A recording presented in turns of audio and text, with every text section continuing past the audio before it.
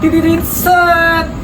Halo, nama saya Elano dengan NIM 212101114. Halo, nama saya Cindy Parsavia dengan NIM 212100369.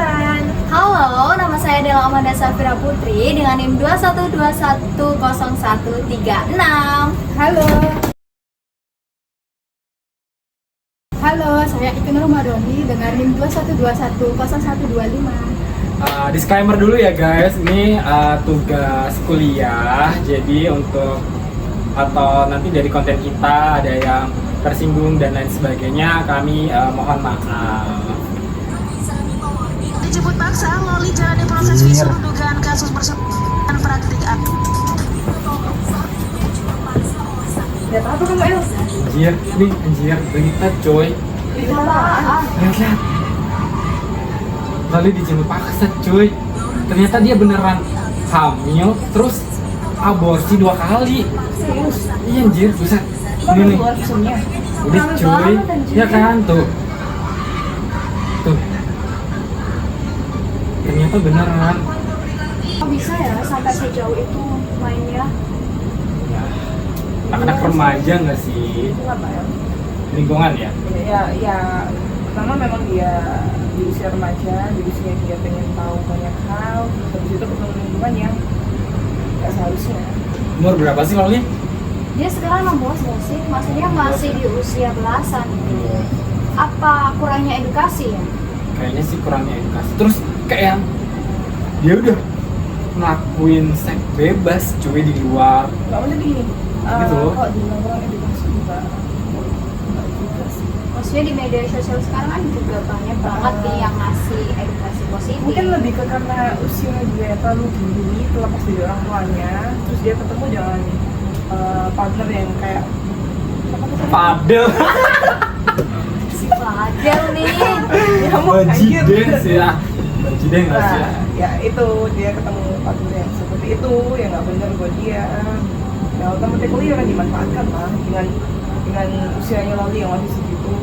Masih agak labil lah ya istilahnya. Terus ini udah kayak udah ngelakuin beberapa hal yang negatif tau kan, udah termasuk hamil di luar nikah, kemudian aborsi, itu udah parah banget cuy, apalagi udah 2 kali.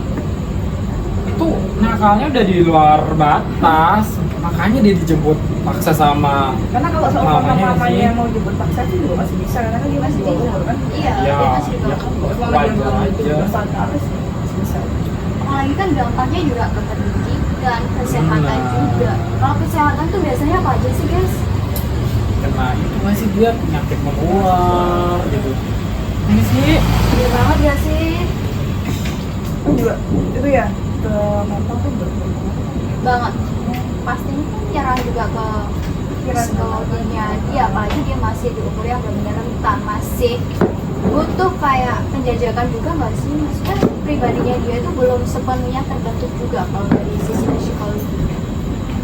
makanya waktu dia dijemput dia teriak-teriak histeris kayak gitu. Dia kan kayak emang Karena dia tuh setahuku ya, kalau aku ikutin dari awal tuh nggak ada problem yang signifikan sama mamanya tuh nggak ada sih. Nggak ada kan, sama jadi pacaran sama Fadil aja loh, jadi kayak memang Fadil tuh membawa hal-hal buruk negatif sama keluarga nggak sih? juga itu. Iya kan? Benar. Bisa kayak gitu kompak. Banyak banget loh, padahal dari kasusnya si cowok, ya Allah dia merambat. Udah biarin, emang ke distraction bu. Kalau aku nih ya, aku kan juga kasihan Loli sih. Ya, memang dia seliar itu ya waktu ditangkap dan lain-lain. Cuman di sisi lain juga mungkin dia juga sangat melepas bebas gitu, ketemu cowok sama kayak Fadil gitu, dan Ya dia anggapnya Fadil tuh ya baik gitu dipatahin dia. Iya, Kan sampai segitunya gitu loh. apa ya, dia tuh nganggep Fadil baik tuh karena dia juga udah apa dari luar negeri tuh kan, dia kan pernah sekolah di luar negeri terus balik. Nah, yang nerima Loli kan ya si Fadil gitu, jadi ya dia mau gimana lagi kan. Terus denger juga Loli juga udah pernah di sekolah di pesantren gitu. Itu nggak berjalan sih. Iya sih ya. Karena begitu dia keluar juga bisa berjalan hubungan dan dunia yang seperti itu ya udah lihat. Apalagi dia juga jadi mamanya. Benar sih. Karena Ah, tindakannya mamanya Wali ini ya menurutku ya nggak salah ya. Maksudnya, dia sebagai seorang ibu ya mau seperti apapun ibu kita itu kan tetap aja maksudnya mau dia bilang kalau Wali juga mau lepas tangan lah dan lain-lain tapi kan tetap aja Wali itu anaknya dan itu nggak akan pernah lepas daripada tanggung jawab dia sebagai seorang ibu. dari kenalkan remaja itu sendiri kan sampai dia ngomongnya juga nggak bener, kayak yang ngomongnya gila lu sama lagi tuh. Sesar.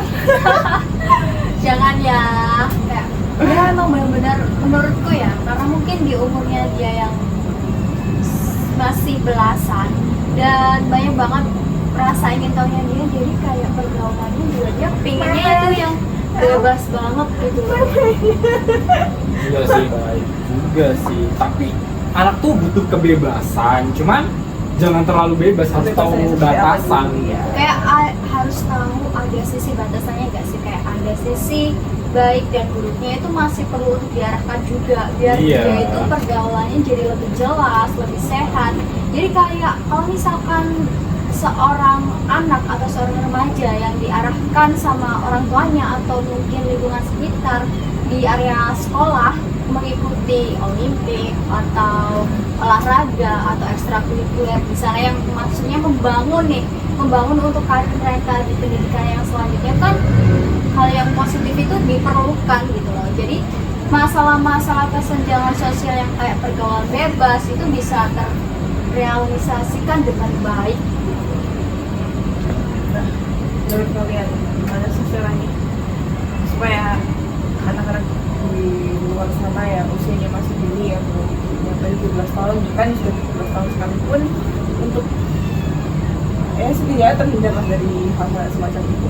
Karena apa ya, gini loh, di Indonesia tuh tentang seks bebas itu masih tabu di dunia pendidikan. Harusnya itu apa ya, udah dikenalin dari sejak dini Ini gitu. sedini mungkin. Bener, kayak di Norwegia ya, di Norwegia itu pendidikan seks bebas, pengenalan tentang seks bebas itu udah dari PAUD gitu.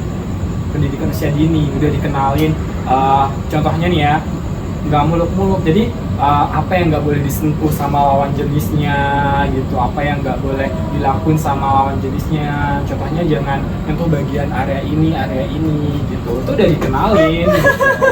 Ya kan, jadi kalau di Indonesia mah udah apa ya, ketika ada orang yang ngomong seks itu udah kayak yang Gitu.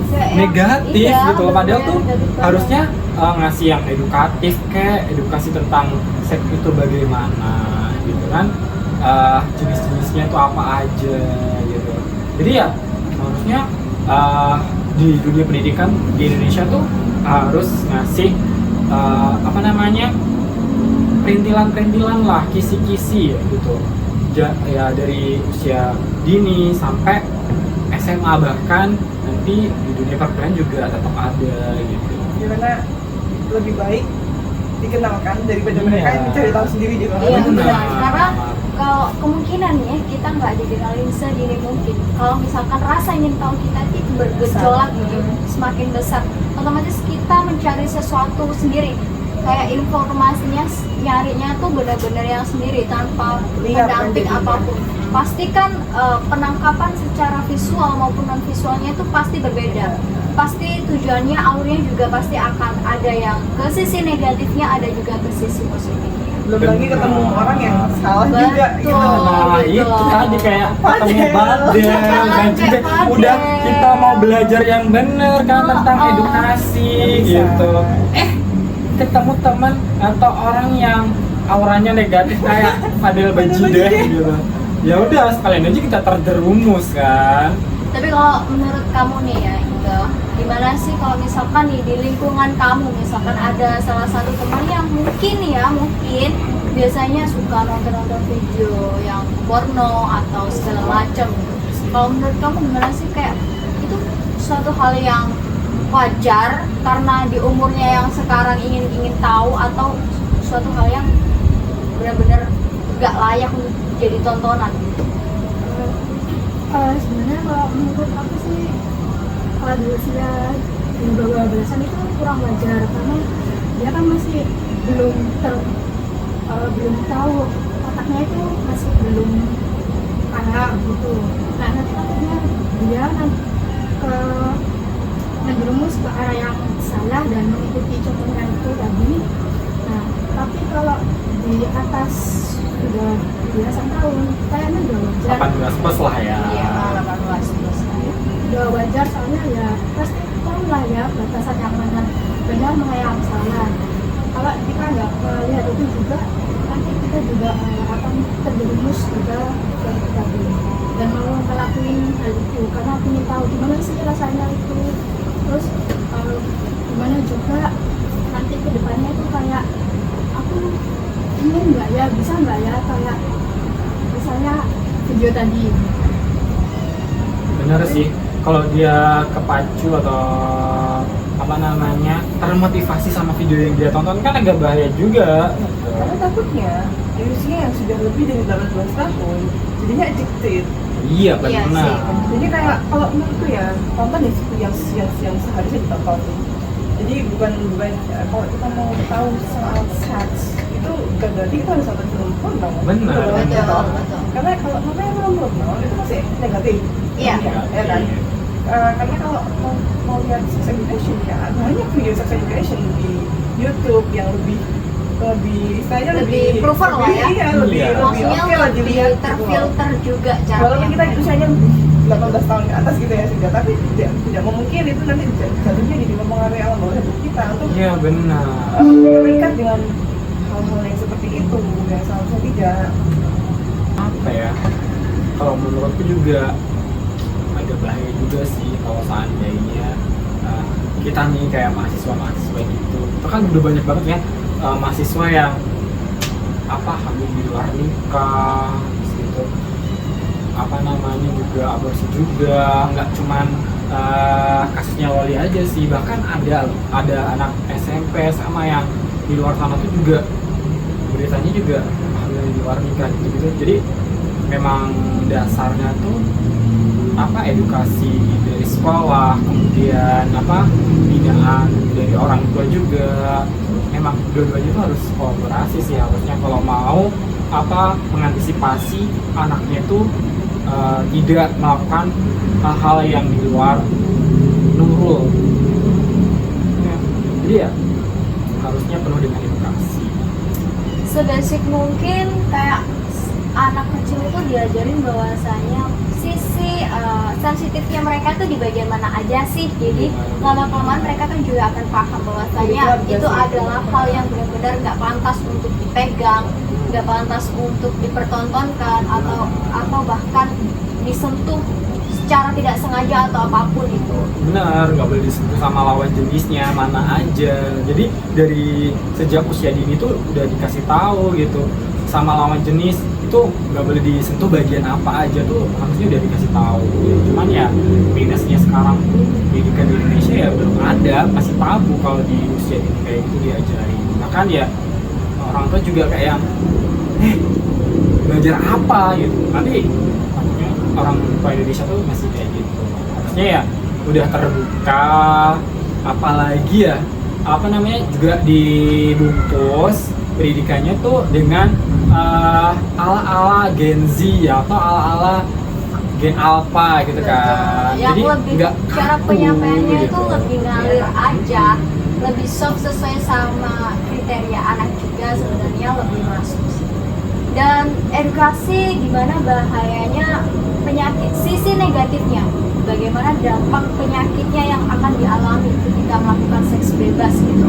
Otomatis kan kalau mereka sering gonta-ganti pasangan, mohon maaf ya ini, pasti kan lebih rentan bakalan terserang penyakit yang namanya ya sipilis, ya, seperti itulah ya. gonorrhea, gitu, AIDS, Dan HIV, gitu kan. ujungnya pasti kematian. Ya, itu ngeri sih ya. Terus apalagi juga masih dalam tahap perkembangan gitu, penelitian juga tentang obat HIV atau AIDS itu. Jadi masih tahap penelitian, jadi agak susah gitu loh. Jadi takutnya nanti kena itu terus susah diobati kan, yang merugikan anaknya, Iya, terus pasti. orang tuanya juga malu gitu, sekolahnya kadang juga malu, akibatnya tuh harusnya banyak gitu. Mempengaruhi banyak pihak. Iya, apalagi anak-anak yang nanti bapaknya petinggi gitu, sekolahnya di sekolah yang favorit gitu. Terus anaknya mungkin juga punya nama, nanti juga dia mempengaruhi banyak pihak yang dirugikan, dari si orang tua, anak sendiri, pihak-pihak tertentu. Nah, itu kan jadi hal-hal yang harus dipertimbangkan seharusnya sama anak-anak zaman sekarang. Tapi dari sisi media sosial juga berpengaruh banget nih. Nah, misalnya kan di lingkungan sekitar ini, nah itu bocah-bocah SD masih kecil, bahkan masih TK itu kan sudah ngebawa handphone dibeliin sama orang tuanya. Nah, kalau itu nggak